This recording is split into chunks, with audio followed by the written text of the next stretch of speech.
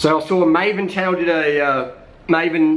Mark did a little interview with Nigel Mitchell, who is the nutritionist guide guru for the Drapac Cannondale team and formerly employee of Team Sky. Controversial, not controversial.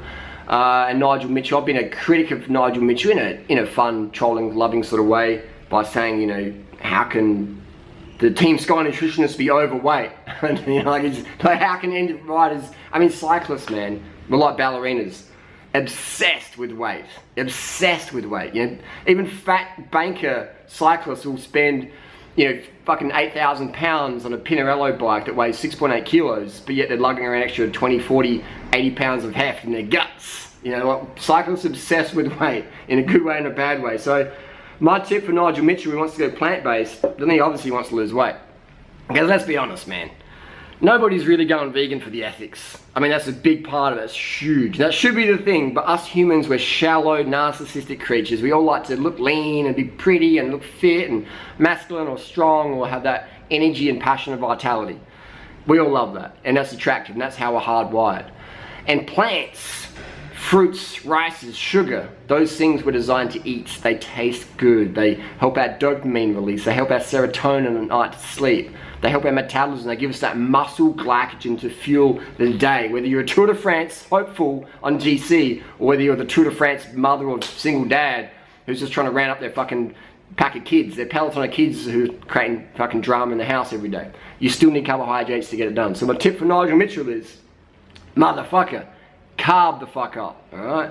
I see it in cycling. I mean, I've talked with Dr. Ferrari about this. There's this big carb phobia. Even Dr. Ferrari admits that not enough riders of pro level eat enough carbohydrate for that daily muscle glycogen replenishment. And they focus on protein. It's like, come on man, like, we're taking corticosteroids, you know? I mean, it's pretty obvious that Team Sky had so many dosages of corticosteroids, like they couldn't find out where they went. You know, it's like, come on man, like, everyone knows you ain't gonna win a Tour de France without shooting up corticosteroids. They give you an incredible feeling of well-being. They lean you the fuck out, all right? And they're totally legal if you have a TUE. So there's this whole discussion about nutrition, but there's not much discussion about doping. And if people talk about Team Sky or Lance Armstrong or anything and drugs, it's generally in a negative sense. I say, let's fucking forget all that, alright? This is pro sport. People are paid to fucking win, alright? Your job is to win. If you don't have UCI points, we fuck you off. Look in 2011 with Chris Froome, alright? He was considered his domestic continental support, which means you're the bottle carrier in B races, alright? And then he went to the Vuelta, ripped shit up. Kobo still dropped him and Wigo on that last climb to the Angliru and another one. Kobo had the 34-32, span away from him. The Team Sky guys were just grinding, and they're spinners, so they lost the race just on gear choice alone. Not pharmaceutical gear choice, but mechanical gear choice. They didn't even have the 34-32. If Froome and Wiggins had the 34-32 on that crucial hill stage, they would have smoked Kobo. They would have smoked Kobo. Kobo would have got third or less, and it would have been as Team Sky 1-2, 100%. Look at the videos, man. Think of the fatigue metabolites would have been produced by having to grind at 420 watts, 430 watts, or whatever, at 60, 50 cadence. And Kobo's, come on, that's just a given. Anyway, I'll digress. So there's this whole discussion about doping, and it's always in a negative light. Come on, man. Let's be honest, man. Like, you ain't gonna win shit unless you're on the good shit. So let's understand why people take certain drugs. Corticosteroids, what do? Kenacort, all that stuff can help get you lean. I don't need to take that shit because my diet makes me lean. My diet's based on fruit, rice, sugary stuff for the last 16 years, since April 2001. I've done a lot of dietary experiments in that. I've done the high fat, low fat, vegan stuff. None of that shit works. The only thing that works is high carb, low fat, vegan. If your goal is weight loss and high natural drug free energy. Otherwise, you're going to be dependent on stimulants and corticosteroids and all other substances.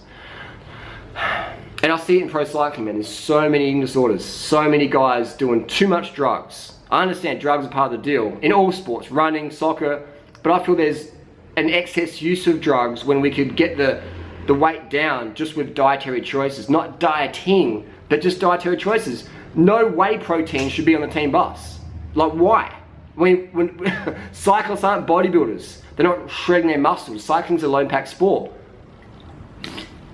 No one loses a race because they run out of protein. Oh, you got dropped, man. What happened on the climb? I ran out of amino acids. No. I ran out of fat. No. You ran out of muscle glycogen. Your glycogen's dropping.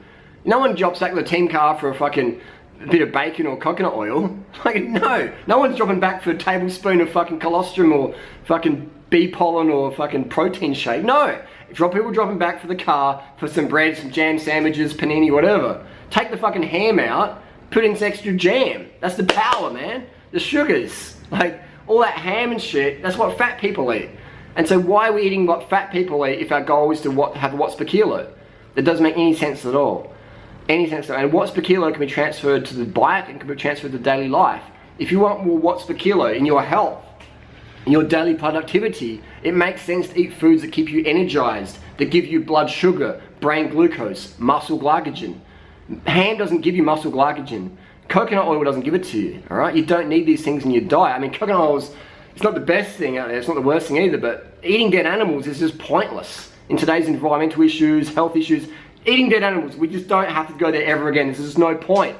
You know, we're not Shackleton on that ship. What was that ship called in the Antarctica? Yeah, we're not that. We're never going back there, alright? There's no need to fucking eat penguins, blubber, and seals, and fucking human legs, okay? We don't have to do that. It's 2017, man. We can dial up Domino's Pizza and get vegan pizzas delivered to our door. There's just no reason for that. So Nigel Mitchell, man, I'm not sure how tall Nigel Mitchell is. I'm not sure how tall he is. But I could get that motherfucker lean. I can't say a number because I know his height. But I think he may be around 5'8", 5'7", maybe. Either way, I could get him down to definitely in the 50 to 60 kilos, depending on how tall he is. I could get him shredded, man. Lean. And his family and shit would go, man, you're on that Breaking Bad diet of fucking meth. You know, I could get that motherfucker lean as. And no starving. No starving. No starving needed. I have all my recommendations in my ebook down below. Drew Ryder's Lean Body Bible and Carb the Fuck Up. Alright, watch my videos. It's fruit, rice, sugar. No starving. Early nights. Drink your water. Have fun. You know, if you're going to use stimulants, use them moderately, rarely. And don't use them at night time unless you're doing some fucking crazy 24-hour race. But even then, I say that people in cycling, man, I see people like drinking coffee after races. You know, like, what the fuck? They're drinking coffee after training. It's like your body wants to relax. It doesn't want this inflammatory stuff. It wants to chill. And you're having more stims, which means you need more stims the next day because you didn't get that full deep rest. Alright, so I see this like legal drug abuse and illegal drug abuse just rampant in cycling, dancing, running, fucking just daily society. And it's just this crazy world we live in. So the whole, I mean, this is like a deep, not even deep, this is just scratching the surface really, but it's more than just like, you know, balance your calories in and out. This is more like, I like to scratch the surface a bit deeper rather than just talk, you know, surface level bullshit, which is so fake and it's just so common and it's so professional, and I'm far from professional. That's why no team would ever hire me. Someone's like, well, if you're so good, John, what are the teams? No, what the fuck? Can you imagine what the sponsors would say? Like, get that controversial clown out of here. He's too, like, honest. He's too truthful. You know, we can't hide nothing from him because he's just a blabbermouth. I'd rather be a blabbermouth and help people than be politically correct professional who gets paid. I get paid more than him anyway. But who gets paid to just be a muppet, a puppet, you know, a shadow of what your true self is. I like being who I am. And I love helping people get the best results ever. So my tip to Nigel Mitchell is, man, just carb the fuck up, get my ebooks or just watch my fucking videos. And you know, man, you've worked with cyclists. You've seen what goes on behind the scenes, and I'm sure you have. But you understand, you know, what's going on behind the scenes. You understand why people take certain things or do that. But, you know, people say Chris Froome does a low carb diet. I'm not sure if that's just bullshit. But if he does do that to lose weight, why the fuck does Chris Froome need to do a crash diet? This is not a question for Nigel, this is a question for anyone out there. Why the fuck does Chris Froome need to do a crash diet? My battery's running out. You know, why does he have to do a crash diet? Why? Why don't I have to do a crash diet? And I'm as lean as Chris Froome. And I can get leaner than him if I train him as much as him. Why don't I have to do a crash diet? It's not genetics, it's dietary choices all year long. Okay? So ask yourself that question. Why would Chris Froome have to do a crash diet to lose weight for the Tour de France when Drew Ryder sits around on his ass 70 hours a week drinking Sprite, eating fruit and rice, doing fuck all training, and lean as any Tour de France winner? How? Why? How does that happen? Okay, you've been lied to with nutrition. The protein, that fat bullshit, it's all bullshit. So battery cut out. Why does Chris Froome need to do it? Why? Because he's taking the wrong advice, man. If I was coaching Chris Froome, man, that motherfucker would get way better results. Way better results. Because if you're eating low carb, you can't fucking train, man. You're losing training. And if oh, what the fuck? Like, why take whatever they're taking to do more training at harder intensity to recover faster if you're eating a diet that makes you recover like shit?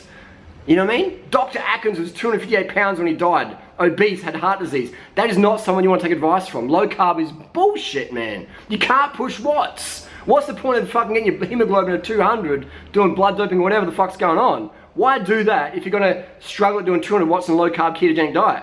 It's bullshit. Someone says, if you eat sugar, you'll get sugar metabolic disorders. Like me. That's what you'll get. This is a sugar metabolic disorder. It's called the durian look. The Durian rider look. You know what I mean? People are like, Durian, you're wrong, you're wrong. Show me someone on the planet who gets better results for people than I do. Drug-free. And when you can show me that person puts on a free festival and has cyclists come around the world every single year, and every year they come, they get smaller and smaller and smaller, faster and faster and faster. Show me that person, because I'll go to their festival and I'll study and I'll look and I'll observe and I'll pay attention. But you can't, because there's no one else doing it like I'm doing it, man. Because everyone else is too afraid to say what's true. Think about it. And when I say people are afraid, I'm not saying they're bad people. I'm not saying they're weak. I'm just saying that people care about their reputation or their professionalism or their contract or whatever. I don't give a fuck about that. I make more money than any of these team nutritionists. I got more freedom than anyone. Any of these pro riders, I got more freedom to say what the fuck I want to say. So when I say people are afraid, it's they're afraid more of financial consequences. They're afraid of not being socially approved. I can give a flying fuck what people think of me. All I give a fuck about is sharing my story, sharing the truth, giving people the best advice ever. That's all I give a fuck about every single day.